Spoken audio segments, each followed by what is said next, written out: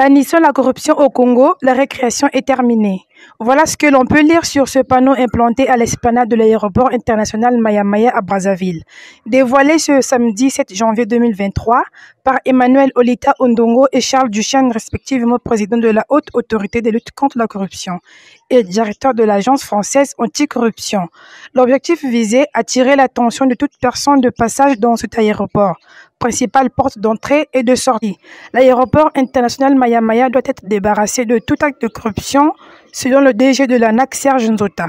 Porte principale d'entrée et de sortie, miroir de notre pays, l'aéroport international Maya-Maya doit être débarrassé des faits de corruption relevés et dénoncés par les passagers et autres usagers.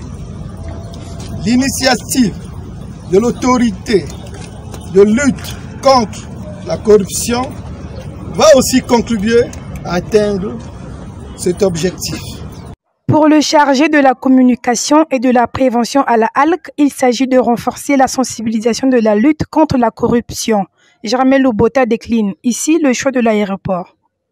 La haute autorité de lutte contre la corruption voudrait renforcer cette sensibilisation à l'égard de toutes les populations fréquentant ou passant par ces lieux.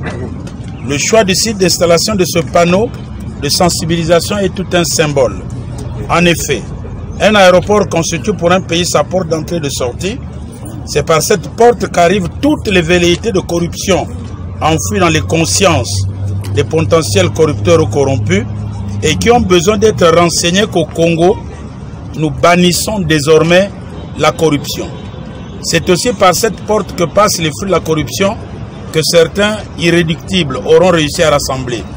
À cette porte, bénéficiant d'un tel panneau de sensibilisation, il sera encore possible d'arrêter les fauteurs de troubles. Il s'agit d'un panneau métallique construit par l'entreprise BAT Angela dans les normes standards. Ce panneau mesure 5,5 mètres de hauteur et 3 mètres de largeur. À en croire Jarmel Lobota, ce dévoilement par le directeur de l'AFA à côté du président de la HALC est un symbole fort de l'appui de cette institution française dans la lutte anticorruption.